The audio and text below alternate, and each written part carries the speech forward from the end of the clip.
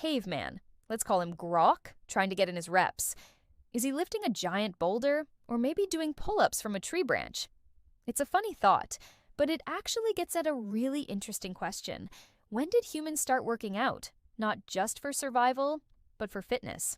The short answer for the Stone Age is no. Not in the way we think of gyms. Life itself was the workout. Our Paleolithic ancestors were constantly on the move, hunting, gathering, and running from things that wanted to eat them. They were lean, strong, and incredibly active by necessity. Their cardiovascular health would probably put most of us to shame. They didn't need a leg day. Every day was leg day when you're tracking a mammoth for miles. Their gym was the entire world. So when did things change? When did we go from just surviving to actively trying to get buff? For that, we need to fast forward a bit. The first signs of organized physical training pop up in ancient civilizations like Persia, China, and India. Around 3000 BC, you see things like yoga in India, which wasn't just about stretching, but also about discipline and strength. In China, they developed Kung Fu, not just for fighting, but for health and longevity. These were the first glimmers of exercise as a practice. But if you're looking for the birthplace of the gym as we know it, you have to go to ancient Greece. This is where it all explodes.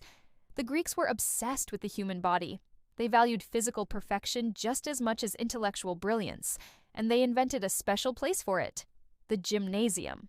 The word literally comes from the Greek gymnos, which means naked, because, well, they often worked out in the buff. These weren't like your local Planet Fitness, though. Greek gymnasiums were huge public complexes. They had areas for running, wrestling, boxing, javelin, and discus throwing. But they were also community hubs. They had baths, gardens, and even libraries and lecture halls where philosophers like Plato and Aristotle would teach. It was a place to train your body and your mind. It was holistic. The ideal was a balanced person, strong in both physique and intellect. This was the foundation of Western fitness culture. After the Greeks, the Romans picked up the torch. They loved their massive public baths, which often included exercise areas similar to the Greek gymnasiums. But after the fall of the Roman Empire, the whole idea of public fitness kind of faded away for a while. During the Middle Ages, physical training was mostly for knights and soldiers. For the average person, life was hard, and physical labor was more than enough exercise. The idea of fitness for the general public didn't really make a comeback until the 1800s. This was a huge turning point. The Industrial Revolution meant more people were working in factories and living in cities, with more sedentary jobs. Suddenly, people realized they weren't moving enough. This led to the first modern fitness movements. In Germany, Friedrich Jahn, known as the father of gymnastics, created outdoor gyms called Turnplatz to promote physical and moral strength. He invented equipment like the parallel bars and the balance beam. Around the same time, in Sweden, Per Henrik Ling developed a system of calisthenics, which was less about heavy lifting and more about using your own body weight for strength and flexibility. Then, in the late 19th and early 20th century, the gym as we know it started to take shape, especially in America. The YMCA played a massive role, building gymnasiums across the country. This is also when the concept of bodybuilding started to emerge, thanks to pioneers like Eugen Sandow, who is often called the father of modern bodybuilding.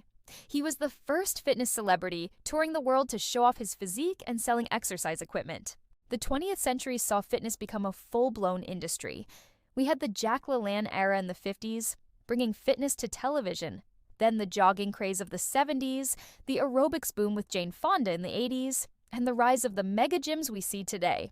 From a simple need to survive, to a Greek ideal, to a global industry. So no, Grok the caveman didn't have a gym membership. He didn't need one. But the journey from his world to ours tells the story of civilization itself. How we've continuously adapted our approach to health and strength as our lifestyles have changed. It's a pretty amazing evolution, isn't it? Next time you hit the gym, take a second to appreciate that you're part of a tradition that's thousands of years old. Thanks for watching, and if you enjoyed this little trip through time, don't forget to like and subscribe for more. From me, Remy, you take care.